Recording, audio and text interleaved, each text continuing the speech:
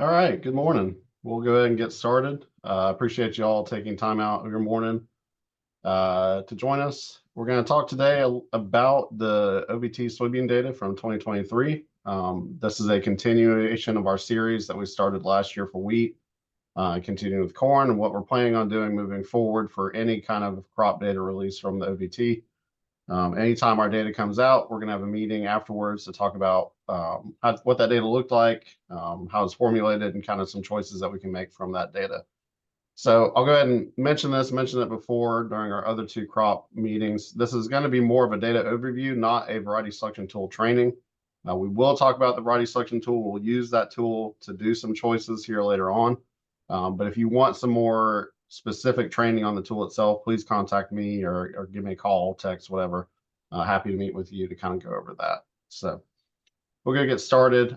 Should be showing you should be seeing a PowerPoint slide on your screen right now.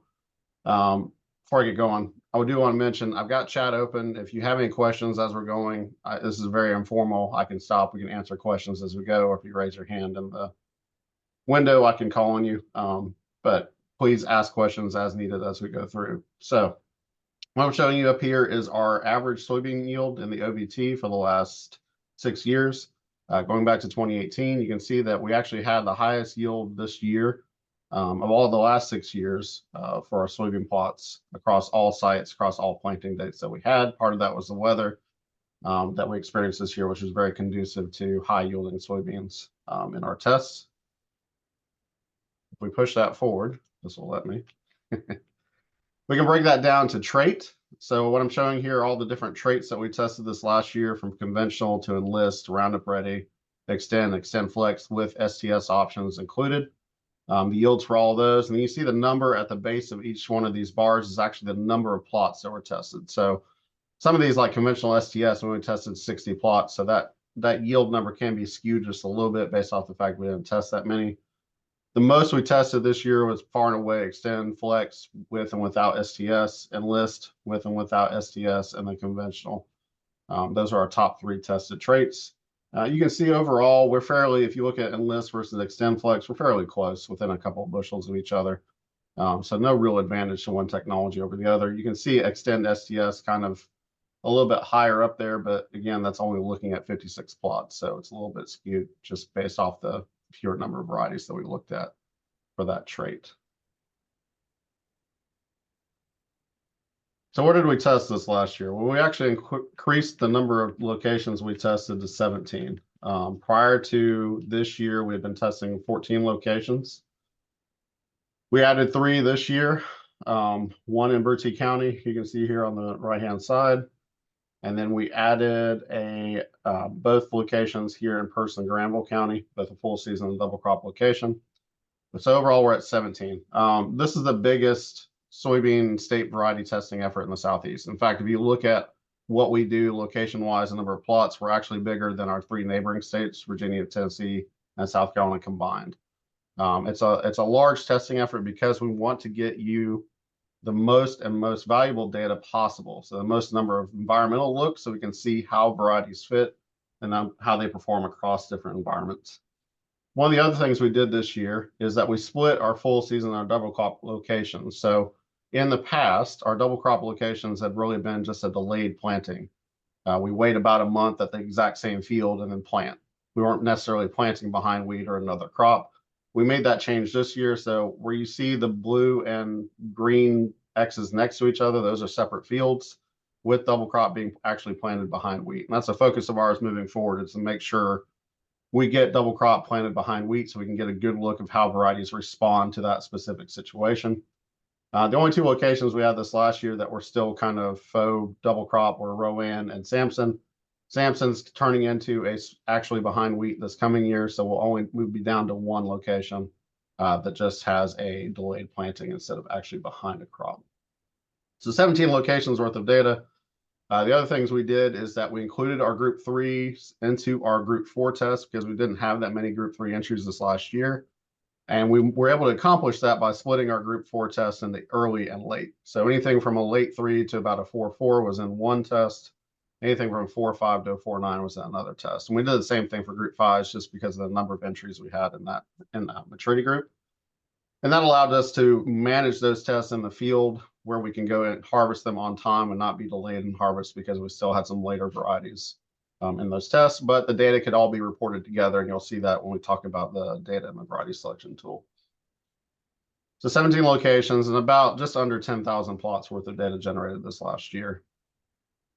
So what does that data look like for us? Well, we can actually split it out by full season double crop within our tests, about 10 full season sites this last year, 7 double crop locations.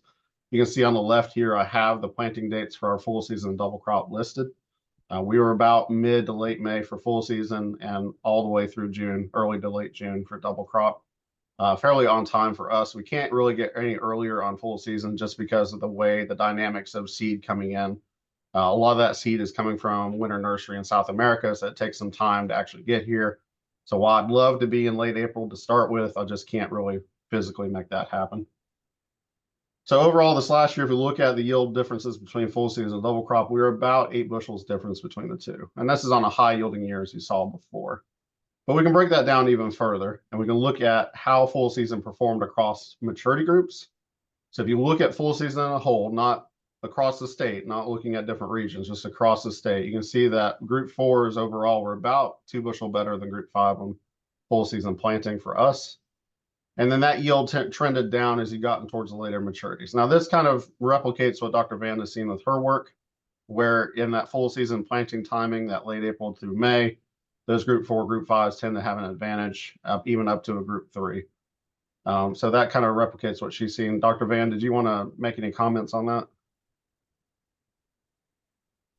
Hey, good morning, everyone. I would just say, yeah, completely agree with Ryan. This is aligned particularly with what we see in high yield environments. And I think, as you can see from the average yields from the OVT, those are generally in high yield environments where Ryan's picked, fields and worked with cooperators where there's going to be lots of consistency across the field and optimal conditions. So very consistent with what we've been seeing in our small plots as well. Thank you. So we're seeing a good trend of early to late on the maturity group on full season. We can break that down even further into a regional look. So splitting out Piedmont in this situation, which I've got it listed on the bottom, is Granville, Person, Rowan, Yadkin, Union, and Haywood, if we're only talking about group 4s. Tidewater, which is Beaufort and Pasquotank, and then Coastal Plain, which is Bertie, Sampson, Robinson. Now, I'll point a warning here. When we talk about Tidewater, we potentially are only talking about one location's worth of data because we lost some tests out of the Beaufort location this last year. So keep that in mind when you're thinking about Tidewater in a single year look. You're only looking at potentially one location, which can skew your data a little bit. But if we look at the 3 different regions, we still see that same trend: Piedmont, Tidewater, early to late, high to low. The only difference really is Coastal Plain, where group 4, group 5 are essentially identical. Group 5 maybe have a little bit of advantage. Group 6 being in that range and then falling off when you got to group 7, which makes sense to me. This is kind of what I've seen in my experience. When you get on sandier, stressier soils, later maturity groups tend to come up just a little bit more. One thing I do want to point out, if you look at the average, Coastal Plain of 77, Tidewater 92, and Piedmont 82.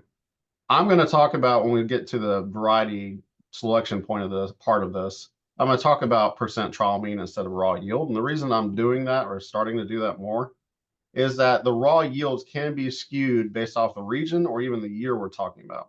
I showed you in the first slide that this year was our highest yielding year for soybeans. If you made a selection based off of this year, all of your selections are really skewing towards this year if you're looking at raw yield. Similarly, if you look at making a selection in full season based off your region, if you're on the Coastal Plain, a lot of your selections based off of raw yield are going to skew towards that Tidewater or towards that Piedmont environment, and not necessarily be representative of your environment in the Coastal Plain. So that's why we talk about using percent trial mean, or looking at the yield of a variety compared to the yield of the entire trial. So how does that variety perform if I just randomly selected a variety out of the entire trial? Because that standardizes that yield across years, across regions, and you don't get that skew based off the raw yield that we're looking at right now. So wanted to mention that because that's why we're going to look at percent trial mean once we start getting into the data itself. So that's full season, a good look at early to late. If we go to double crop, you actually see it kind of evens out. In fact, overall, statewide, really group 5, 6, and 7s are essentially on the same footing, with group 4s maybe having a slight disadvantage, but overall pretty equal. And we can break that down then into different regions. And you can see that we're fairly consistent across regions. Coastal Plain for sure showing a little bit of an advantage towards group 6, group 7 in that double crop planting. Whereas you see Tidewater is fairly equal across and Piedmont's fairly equal across, maybe even falling off in a group 6 or group 7. So overall good yields. I like the patterns that we're seeing in our maturity groups because they make sense and they replicate what we're seeing in Dr. Van's work. So they'll kind of guide what we're going to do here when we start talking about the data itself. Any questions on just in general the OVT data?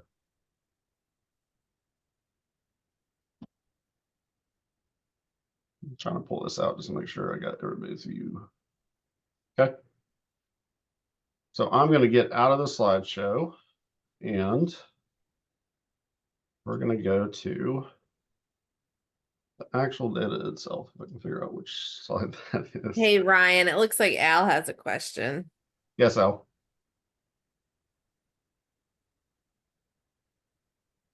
I think you're muted, Al. Sorry. Could you go back to that last slide if it's not too much of an inconvenience? Yes, sir. One thing that did sort of surprise me, and I'm pretty that Tidewater data was from Mr. Gray's, wasn't it? Yes, it was. Well, part of Mr. Gray's and then part of Beaufort County. Both, yeah. So one thing that I was sort of shocked in on that last slide was that when you looked at the maturity groups 4 through 7 and 8 there, like for the double crop, and that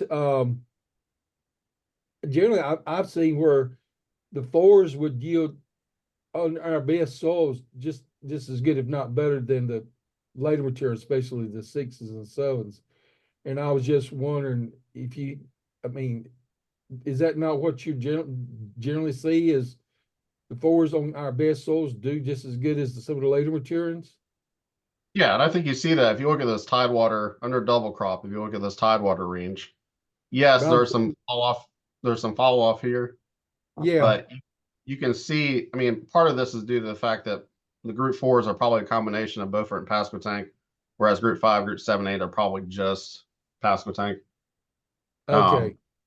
In general, I don't see a disadvantage from a group 4 to a group 7 if we're talking about the silt loam or organic soils in the Tidewater. Gotcha. Okay. That was my question. Any other questions? Let me see if I can figure out where I'm going next. All right. Hopefully we're seeing the OVT website. Yes. So all this data being generated, there's 2 prongs that we use for delivering data to you as a grower or to an end user. First and foremost being our OVT website, so ncovt.com. It's called officialvarietytesting.ces.ncsu.edu. Don't worry about that. Use ncovt.com or Google OVT NCSU and it'll get you there. This is your landing page for that page or for that website. You click on soybeans, you click on the year, and this takes you to all the reports that we generate either out of the variety selection tool or the Excel files that we generate the data into, the analyzed data. So you get multiple year data here at the top. You get single year data down here at the bottom, broken up by maturity group where possible. I've not broken up by regions at this level because I'm giving you location summary tables, which are Excel files. So you can click on that and that'll take you to, make sure it's actually sharing. Probably not. I just need to share screen too. There you go. Takes you to our location summary tables for that maturity group. So these are 4 earlies. Gives you the single year statewide. It gives you a breakdown all the different locations. Green is our top LSD, our top yield group. So what I like to use this table for is, okay, I can look and see how a variety did on statewide. I can look across the different locations, count the number of green cells for that variety. More green cells, more often it was in the top yield group. I feel pretty good about how consistent that variety was. So those Excel files are made available to you right now.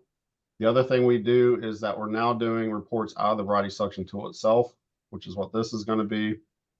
I know this is going to be difficult to see because it's a lot of data blown up. I'll zoom in here a minute. What we do here, and this is different than what we do in other crops, is this is actually all the group 4 statewide for full season. Usually I break it down into above average, but because I've condensed the number of varieties I'm looking at by splitting up those trials, I can look at all the different varieties in one view. So we show you that in one table out of the variety selection tool. And then what I've done for soybeans, and what I'll continue to do for soybeans, is I split it out then by percent trial mean overall in the coastal plain, in the Piedmont, and then the Tidewater. So you can see where fits are. So anything in green is above that 3 to 5% that I talked about for percent trial mean selection. You can see where it fit and maybe where it didn't fit, but you can also find some of those hidden gems like this Ag South Genetics V4921, which showed up really well overall and really well in the Piedmont and the Tidewater, but maybe didn't perform as well as some of the other ones based off of raw yield. So that data is available to you in the OVT website. This is kind of your quick and dirty. I needed just a quick look at how varieties performed. I just want a quick ranking. You can go and look at that really quickly. Yes, Al. How are these varieties arranged in this table? I was trying to see it's not. It's sorted by yield, yield. by raw yield. Raw yield, the raw yield. Okay. Yep. Also, would you say to me again when you say percent of the trial mean, could you explain that again? Just make certain that I understand that.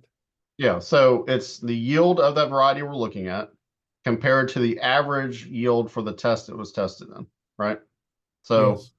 if a group 4 variety, a single variety yielded 100 bushel, but the average of the test was 80 bushel, it's what percent over 80 that variety was. And really what that's telling us is how does that variety perform against a random selection out of that test.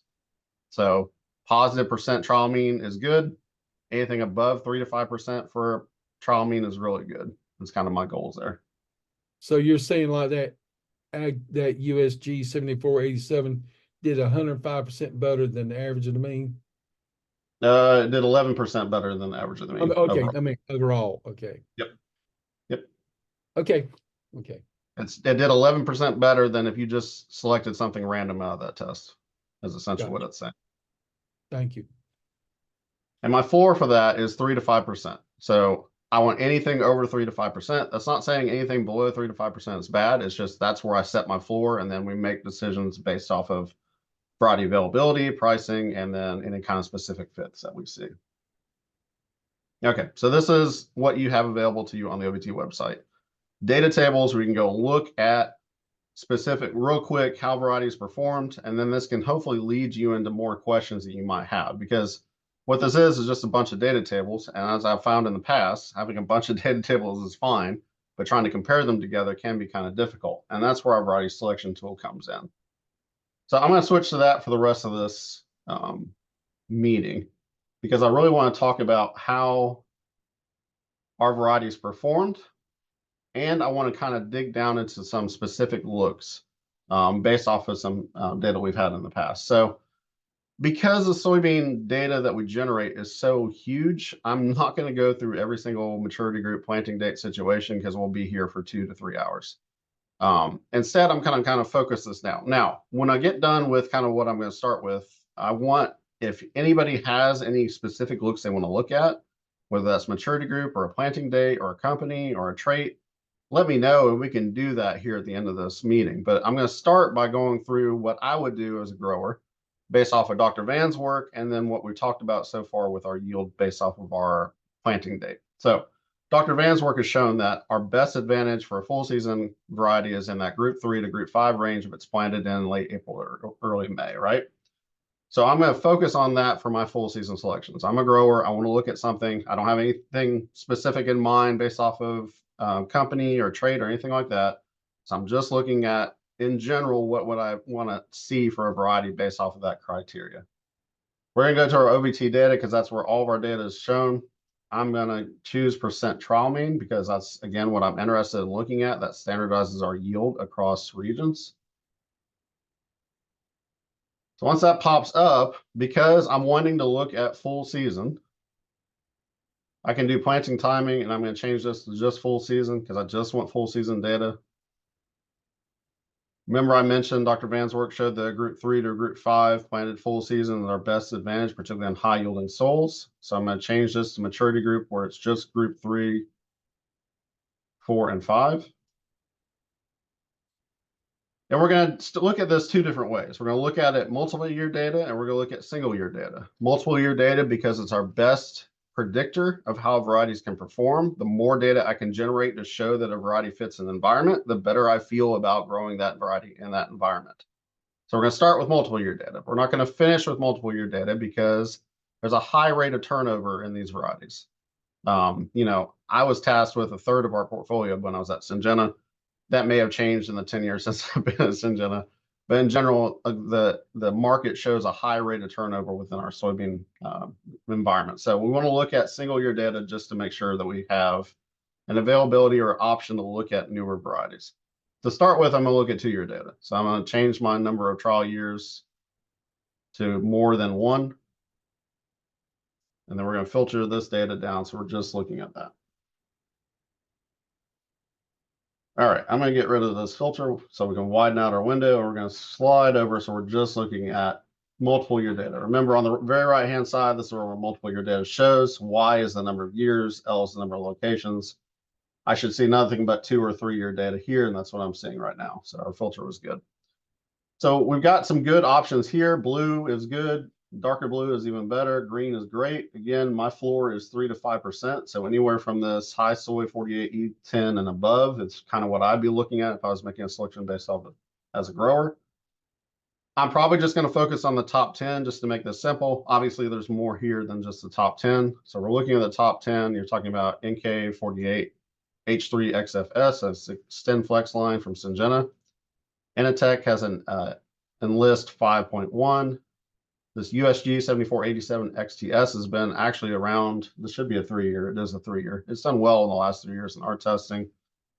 Revere 4606 Extend Flex, another Syngenta 52D6E3. It's an Enlist line. A Revere Extend Flex line 5029. USG 7543 XF. This AGS V4921S is a conventional line. So this is going to be the top conventional line and what I'm looking at right here. It's one, if you're looking at a late 4 to early 5 conventional, has done well in our testing. This is showing 2 years, but this actually has been in our testing 3 years as a different named variety. So if you're looking at conventional one, that's a good option. Another USG line, 7461 Extend XFS, is Extend Flex STS. And then a Dynagrow 58 XT30. This has actually been another good yielding line for us for the last 3 years. So that's top 10. Done fairly well. I'm going to pull them to compare so that I can link them to you in chat, and that way you can take a look at them, download them, whatever you want to do with that situation. So that should be in chat now. But they're your top 10. A lot of good options. If we look at, we have attributes in here for most of these varieties, growth habit, and then we've got some disease resistance information in here for the majority of them. So you can make further filterings based off of your situation, whether you have a lot of frog eye historically or not. Cysts, I don't know that I'd make a whole lot of selections based off of cysts because these are mostly R3, R14, R3, MR14. Those are races that, while they exist, don't exist in a prominent level for us. This is kind of what we call our standard cyst resistance. We have other races that don't fit this resistance profile here in the state. But just to show that we have some cyst resistance in some of this material, root knot, we have some good resistance there. Sudden death, stem canker, frog eye. So we have some information there. Yes, Al.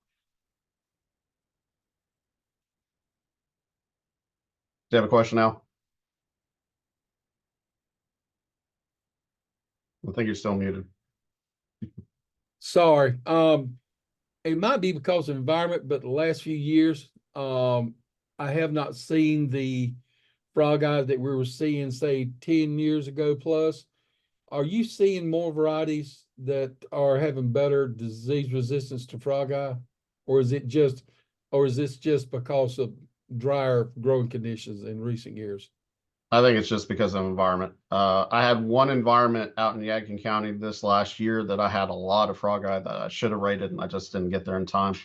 And there was what you'd expect generally from sensitive all the way to resistant in that setup. So I think it's mostly just the environment that we've been experiencing. Yeah, it's been pretty dry the last few years. Yeah. Okay, that may change with El Nino. We'll just have to see. But no, I think it's mostly environment. Got you. Thank you. So I've linked this to you. You can download this by hitting export at the top right button here, and that gives you an Excel version of this, but I'm giving you a link just as a starting point for the top 10 that we looked at. All right, so that's statewide overall, but one thing I really hit on is finding the variety that fits for you and for your region or for your environment. You know, I have talked about this with growers, but I haven't gotten to this point yet. What I want a grower to be able to do is not only tell me what variety they're growing, I want them to be able to tell me why they put that variety on a specific field. You know, why did it get planted in this cut and not in this cut? Because we can find those fits. We have the data to be able to demonstrate those where those fits exist based off of soil type or soil characteristics or even environment. I want to be able to get to a level where we can talk about fitting a variety to a specific field, because that's when we start realizing a higher return on investment for that variety.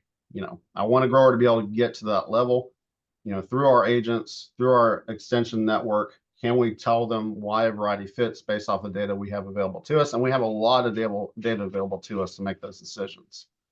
So I'm going to show that a little bit here. I'm not going to go into the compare for these, but I'm going to show you how this changes based off the environment we're looking at. So I'm leaving these top 10 from statewide checked. So you're going to see that they're checked here on the left. But I'm going to change our sorting. So I'm going to look at Piedmont now, high to low 4% trial mean. You can see that a good number of these top 10 actually stay in there. But we pull in a progeny line, we pull in a Revere line, and we pull in an Asgrow line that we didn't have in our top 10. You know, these are excellent varieties that performed really well, but they've got a really good Piedmont fit where we didn't necessarily see them in our Tidewater region, or they're outside the top 10 really in our statewide region. So we pull those in that may be more top 10 than we've seen in the other regions. We can do the same thing for the coastal plain. Now you see that spread out, and actually I think one is all the way down here. Yeah, that conventional line doesn't perform as well in the coastal plain. There's actually, let's see where it's at. It's a different conventional line that pulls up once we get to the Tidewater. But you can see that that spreads out. We're pulling in a high soy 48E10, Asgrow line 54XF0, the Asgrow 56XF2, another USG line. So we're pulling in lines in the coastal plain that we wouldn't necessarily see in the statewide. And then when we go to the Tidewater, this is where this conventional line pulls in. Now, instead of that 4.9 conventional, you're seeing that 5.4 conventional. Got 2 years of data on it. You can see Tidewater, 9.7% of the trial mean, or it was just under trial mean if you looked at coastal plain Piedmont. So that variety absolutely has a specific fit. That's a really good option for those in that organic silt loam area, or even just on the coast, as a conventional variety that they might want to plant if they're looking at conventional varieties. But we're also pulling in a Stein, an endless Stein 47E20, Asgrow, a group 3 Dynagrow, that's 33XF22, another USG line. So we're starting to spread that out based off that tight fitting of top 10 that we saw statewide. Any questions on this? Do y'all want me to pull any of these in the compare and send those as links?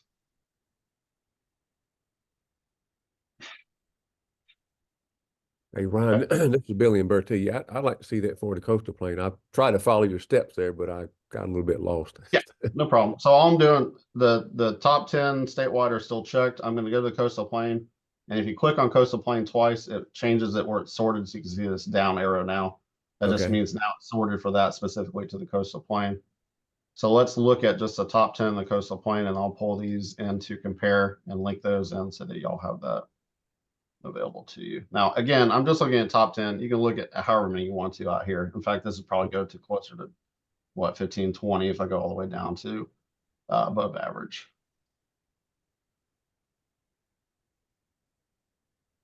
And it's nice because if you can get to this level with a grower, you can link this to them, whether it be through a QR code or through just the link itself.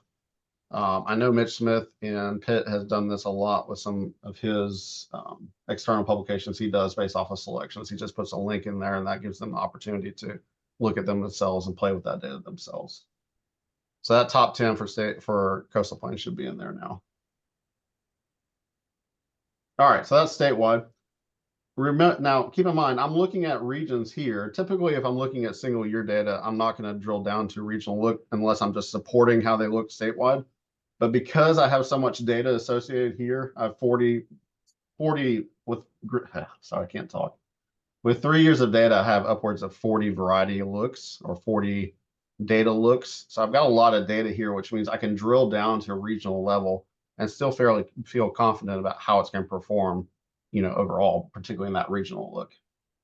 But when we get down to single year data, we're going to just mainly focus on how it looks statewide and then use how the regions look as kind of a confirmation to the statewide look. I'm not necessarily going to drill down to region to make a selection. I'm going to drill down to region to say, oh yeah, this actually will work for us if we're making the selection based off of statewide data.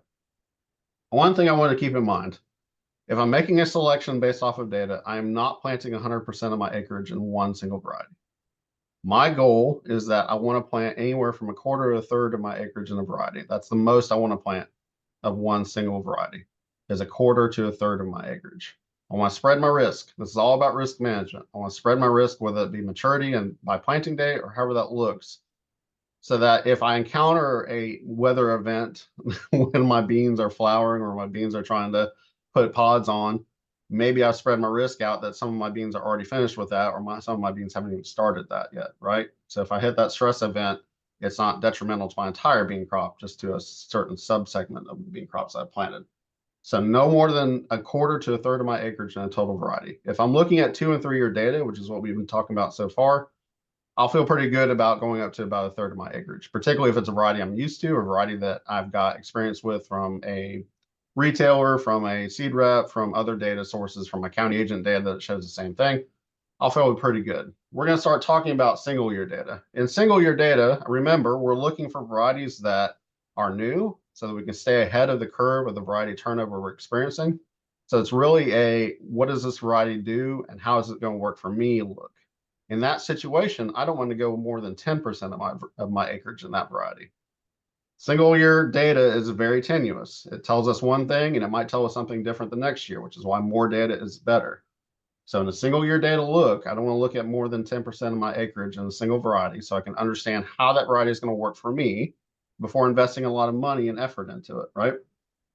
Because it's a lot of money. Ryan, this is Bill again. Before you go too far, the chart we're looking at now, is that group 3, 4s, and 5s, or is it just one maturity group? This is group 3s and 4s and 5s for full season planting.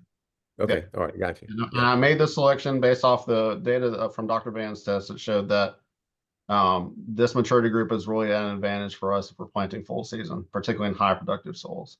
Right. So I understand. So what we need to do would be go back, if we select some of those, again, these out of this top 10, looking at that maturity group, make sure we don't have all group 4s or all group 5s in there. Yep. That's what you're leaning towards now. Yes.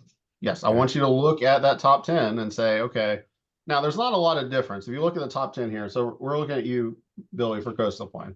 You got a 4.8, you got a 5.4, you got a 5.1. You're not talking about more than a couple weeks of difference there in overall maturity.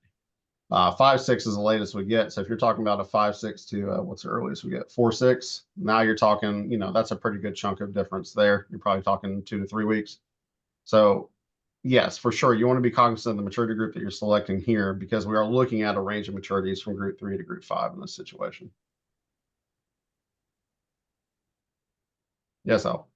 When you look at a 1/10 of a unit difference in maturity, what does that equate to? I know what Dr. Dunford, at least I thought I remember what he said. What does that equate to in days? Is that for each 1/10? I thought he told me 2 days, but not certain to it. I mean, my rule of thumb has always been 1 to 2 days. Rachel, do you have a thought on that? Can you ask the question again, Al? Not bad. What I asked Ryan was, I think I remember what Dr. Dunphy said, but I just wanted to get it clarified. For each 1/10 of a unit difference in maturity, what does that equate in days? On the back, well, yeah. So like from a 5.1 to a 5.2, how many days is that? I thought Dr. Dunphy told me 2 days, but I'm not. I have to be perfectly honest. I've never heard that, Al, or seen the data for that. So I'll have to get back to you on that one. And I may be wrong. That's the reason I'm asking. I mean, because from the charts that I've seen, really that maturity it's mostly driving differences before reproductive development. So what it translates into days on the back end of the season, that's an interesting question, Al. Yeah. Can't say I have a good answer for you. But like I said, I thought I remember what Dr. Dunford told me, but I just wanted to get that renewed, clarified. Thank you. You're welcome. Any other questions on a multi-year? If not, we'll go quickly into the single year for this exact same setup. So again, I'm looking at group 3 to group 5 full season. So I'm gonna take off my number trial year filter and just go to, this is everything.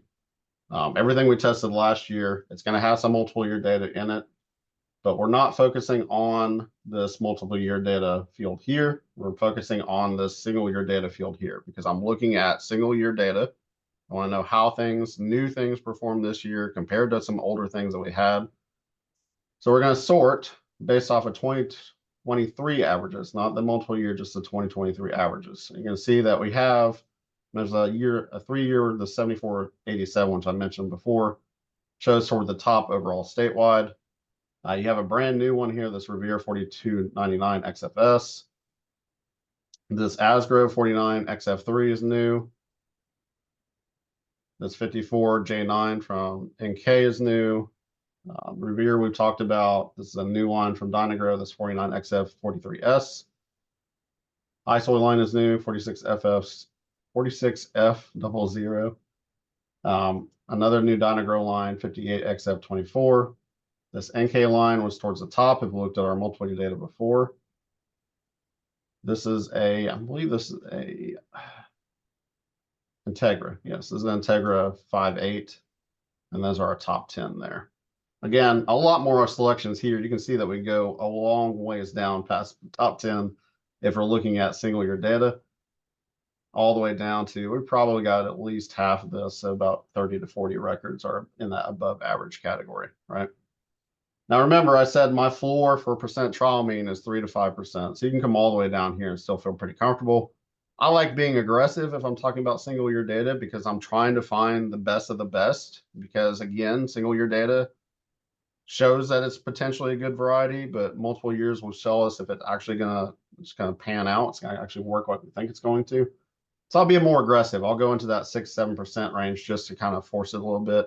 I was talking to Mitch last week. He was doing a selection based off of 10%, and he got 3 varieties. He did it based off of 8% and higher, and I think he got like 8 or 9 varieties. He did it based off of 3% and higher, and he got 40, 50 varieties. So it's a matter of how many varieties you want to look at or what your options are for finding that variety from a retailer.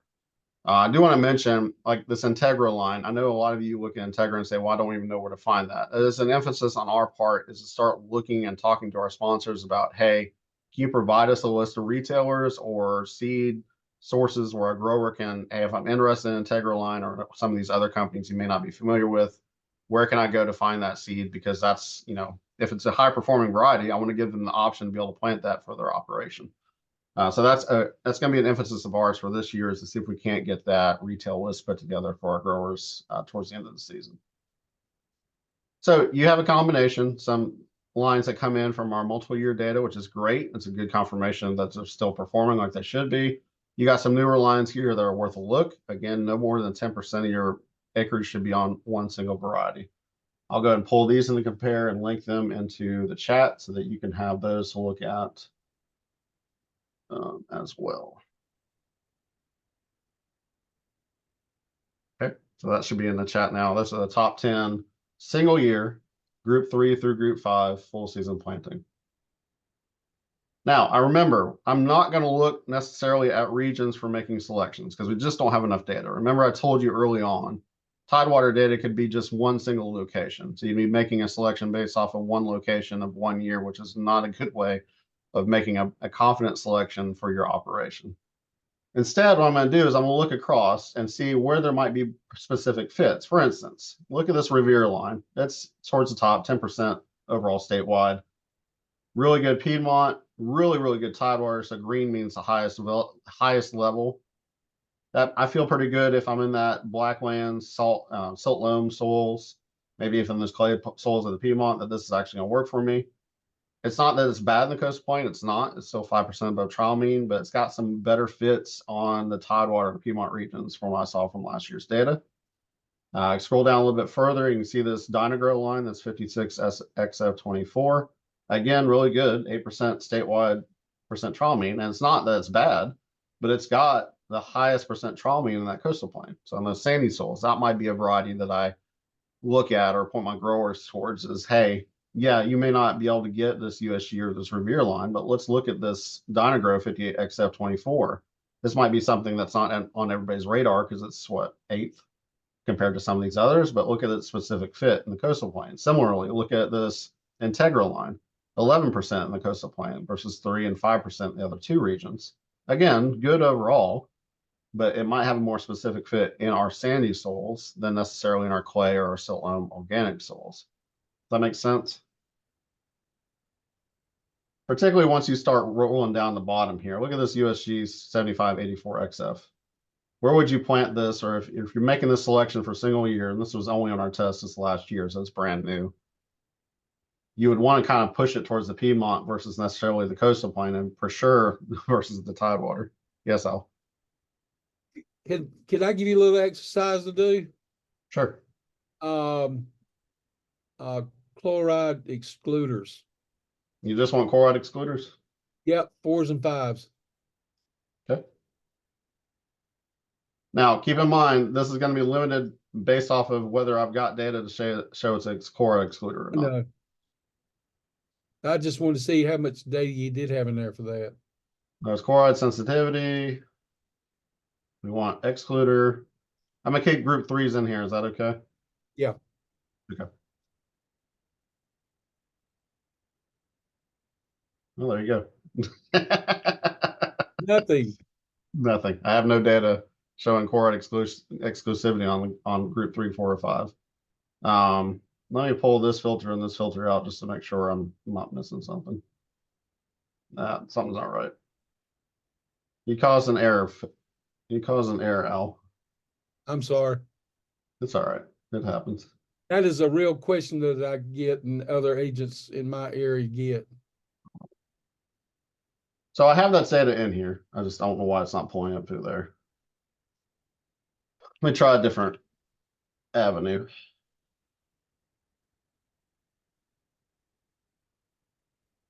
That's fine. Yeah, so I have 70 varieties total. I don't know that I can pull these into. Does this show which ones did good in the last 2 or 3 years? Well, what we can do is pull this into compare. I don't know that I can pull this into. Maybe I'm looking at the wrong attribute. That's what I'm doing wrong. Sorry. 1 second. I'm going to jump around real quick, but I'm just trying to get to your answer. Apologize for the trouble. You're always so difficult, Al. I know. That's what my wife tells me. So I think the issue is, yeah, I'm looking at the wrong chloride sensitivity. That's the problem. There we go. So this database has our trait split into variety trait and another trait value. So depending on what value you select, you could be selecting the wrong thing. So long story short, if you if you filter by something, you get nothing. Look for that exact same trait in another level, and you'll find it. Can all you right, share 3 or 4. that? Do what? Can you share that report? Yes. You want top 10? Yes. Let's go with the Okay. top 10. So I'm gonna give you for that. I'm gonna give you top 10 statewide for this last year. 2, 3, 4. I'll go a couple more because there's a couple above. All right.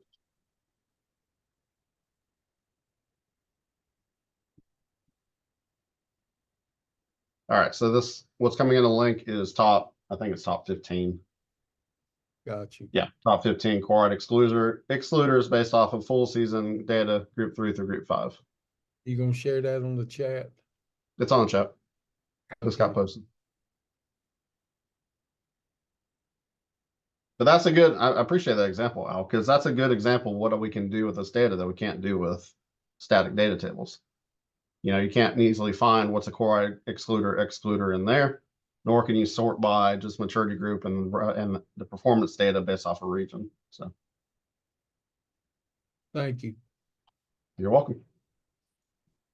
Any other questions on? Yeah.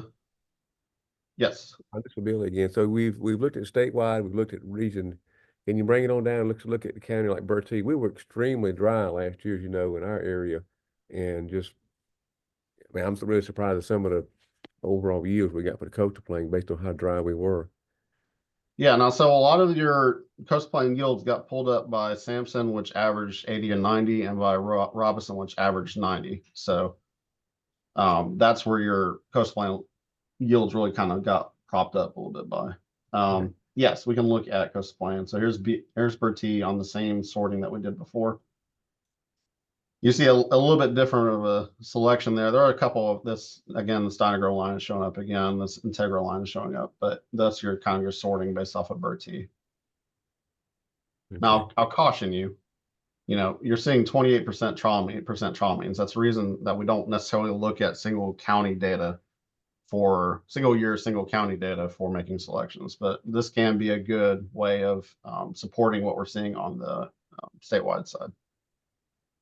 Right. Well, we had, I guess, a little more droughty condition than what they did, and thought it'd be a good way to compare. Yep. And if you're strong statewide, and you're strong region-wide, and if you showed up under those particular drought situations, it'd be another, maybe another factor to So consider. what I would do there is I would sort this by statewide, right? And you can look at your top 10, top 15, however you want to do it. So I'm gonna do top 10. And then I would come over here and I'd sort it based off of Bertie County, right? Just click. Now, anything that's check marked was in that top 10 statewide. So this Integra line was top 10 statewide. This Dynagro line was top 10 statewide. So you're pulling in those lines that did well statewide, but also did well specifically to your county. And that's kind of a way of supporting that selection based off the single year statewide data. Right. Okay. Any other looks on full season before I transition real quick to double crop?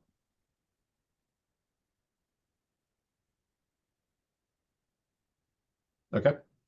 So we'll change this over and we'll go look at double crop data for the last part of this talk. One thing I'm going to change is I'm not going to look at group threes. We didn't do any group threes in double crop testing, so there's no reason to look at group threes there.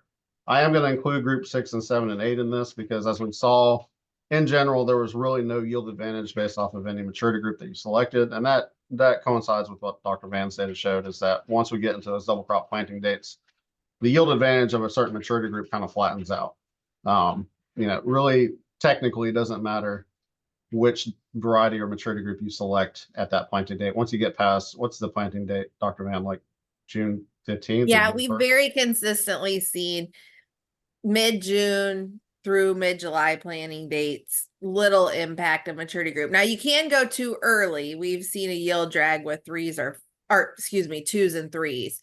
And even sometimes an early 4, but you know, mid 4s to 7s, we've seen pretty consistent yields in those later planting dates.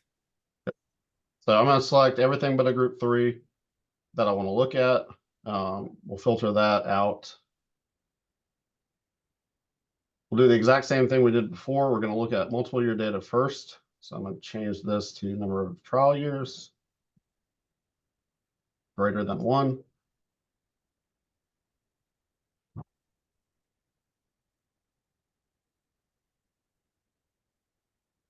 Get rid of this so we can have more space. All right, so let's look at multiple year data. You're going to see some familiar faces here that we saw on full season data, 7487 XT, this NK52. I think this Revere line was also up there. Again, that Ag South Genetics 4921, which is conventional. Asgrow line showing pretty good. Revere, this is the Dynagro 71 XF, so this is your first group 7. It's actually showing up fairly well. We've been talking 4s and 5s mostly here.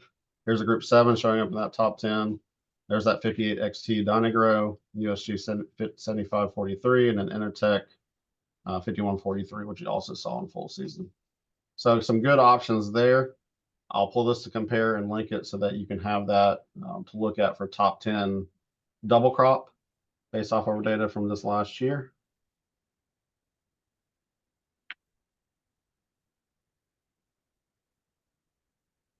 Okay, and then we can do the exact same thing we did before. So I'm keeping the top 10 linked. I'm gonna look at Piedmont. We pull in another group 6 USG line, the 7633 Extend Flex. How many of y'all remember AGS Woodruff or Woodruff in general? This is a group 8 that's been around since I've been testing soybeans, which has been almost 15 years now. So it's actually showing up fairly well in the Piedmont. I wanted to say, interestingly, like when I first started in this job, I got a yield contest entry with Woodruff a few years ago. So still hanging on. It does really well in the Piedmont. Now let's do the exact same exercise we did with single year data this last time but doing it for double crop now. Did well statewide, right?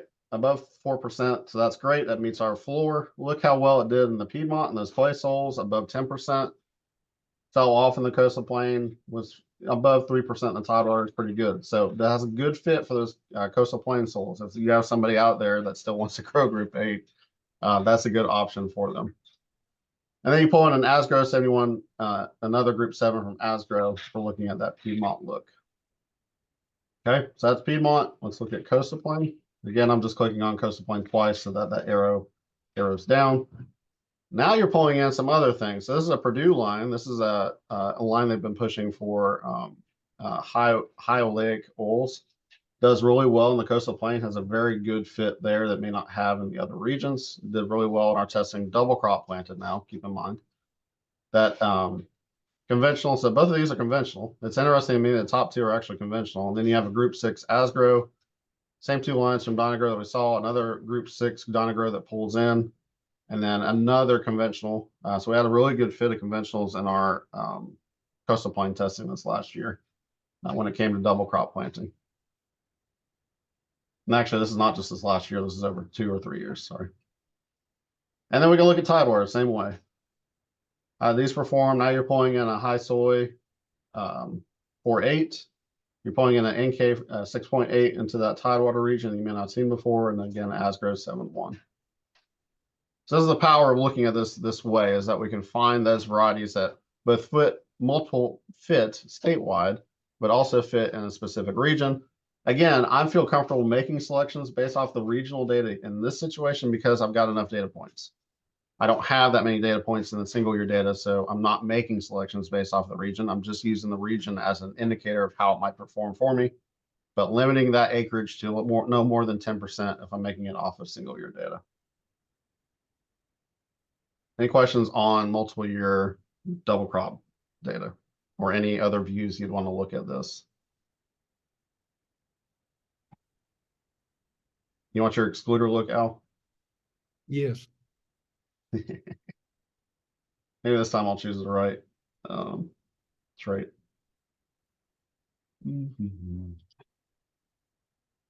It's going to be the similar varieties, but I think it's just going to have a different skew on it. Also, there's not a lot of data on group 6, group 7, chloride, includer, excluder. It's mostly in that group 4, group 5. So you're going to see a lot of group 4, group 5s in this. I'll go ahead and give you the top, well, above average for the tidewater for your region now. Just keep in mind, this is going to be skewed based off of whether the company has that data and, whether that data has been reported. So, yeah. It's all we got to work with. Well, we got to start somewhere. So that's where we're starting. All right, I'm going to link that in the chat for you.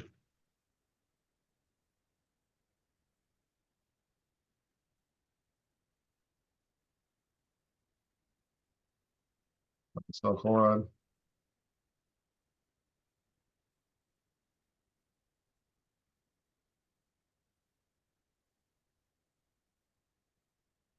Okay.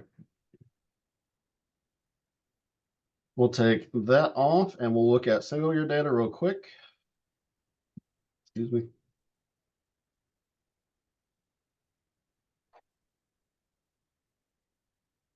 All right, we're just, again, because we're looking at single year data, we're only looking at 2023 averages, not the multiple year data, because we just did that. And we're gonna look at top 10 here. You can see that this Dynagrow line is new. We didn't see that in our multiple year data poll. Same with this Integra line, which we saw in the full season data before. A Revere line, the Southern Harvest 7024 Enlist, another NK line, another high soy line, and again, another Integra line. So we pulled in a couple of new ones that we didn't see in multiple year data before. Again, we can see specific fits of these. So the Southern Harvest line, if I'm a grower in the Piedmont, I'm probably going to try to take a look at it. If I'm interested in growing group 7s, or if I have a lot of oval crop acreage I'm looking at, that might be an option for me. Same with this Dynagrow 71 XF93 line. If I'm in the coastal plain, again, this X-South Genetics 4921 conventional line did really, really well. You have some other options here between Dynagrow and Integra and NK. And then if I'm looking in the Tidewater, I'm gonna actually sort this because I think they've got other options that are not showing yet. Yeah, this high soy 48 E10 actually comes to the top along with this Dynagrow EN73. Both of these are on the list. And you get some other progeny, another Dynagrow, another NK that pull in that you wouldn't necessarily seen on statewide data in that top 10. You raise your hand, Al? No, sorry. You're fine. So I'll go ahead and pull in the top 10 statewide for compares, that y'all can have that as a starting point.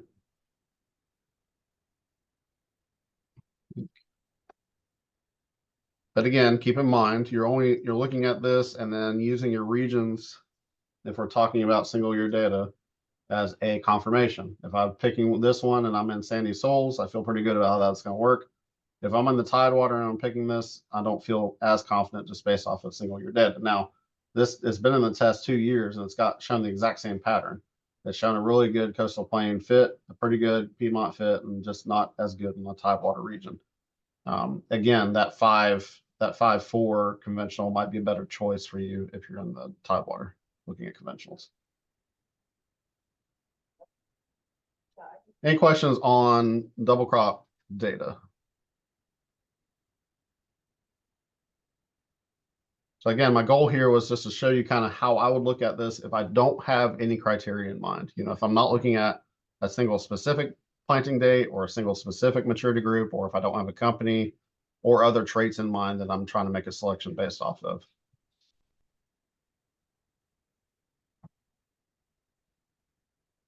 Does anybody have any, like Al had a really good example there of, you know, taking this data and looking at chloride excluder. Does anybody have a similar look that they'd look at for this data? Ryan, one thing that, and I know this is probably an issue for other people, is root knot. Mm-hmm. Can you do that? Which for double crop? Let's just say full season. Full season? Okay.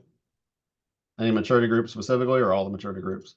Well, you can look at all the maturity groups, but for our area it would be 4s and 5s, but you know, do it for all of them if you want to. Okay. That way it's more applicable to other areas. So here, some report specifically incognito, some just report an R. So keep that in mind when you're making these selections. That you really need to drill down to make sure what race of root knot we're actually resistant to. So looking at overall statewide, these are your options for R that have root knot. They fairly well match up with the multiple year data that we have here on the right-hand side. So there's not a whole lot of differences there. For you, Al, specifically, you know, that's kind of what you're looking at. There's some group 6s. These are all group 6s, group 7, group 6. Is that 5735 Revere, I think. Yep. Do you want that linked out to you, Al? Yes, please. We'll get and give you top 15 based off your region for that. Yep. Yep. We don't have as many of them in the early maturities, it looks like. Well, and part of that is that we don't necessarily have that data available. So it's not necessarily that there's not any resistances, it's just that the data is not available Gotcha. from the company.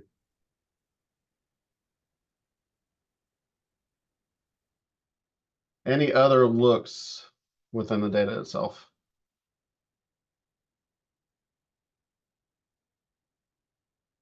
Okay, that is all I've got. I do appreciate y'all taking the time today.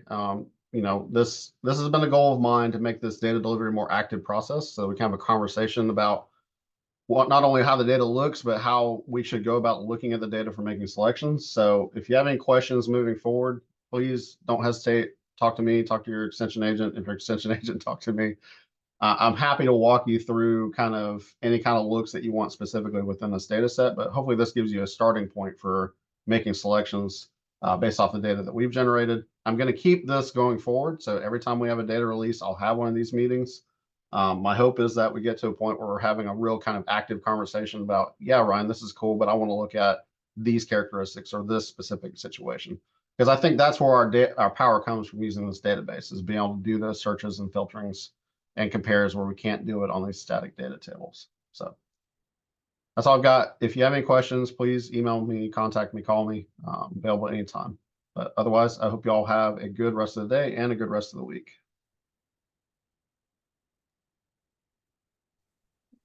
Hey, Thank Ryan, you, I had a Ryan. quick question. Yes, so When you got it, how do you move the filter off to the side so you have the full screen of just the tables up? you see up here where it says setup, Yes. just click that setup and that takes your filter away. Ah, gotcha. Okay, great. Click it again, it comes back. Gotcha. Yep. All right, appreciate it, Ryan. You're welcome. Thanks a lot, Ryan. You're welcome.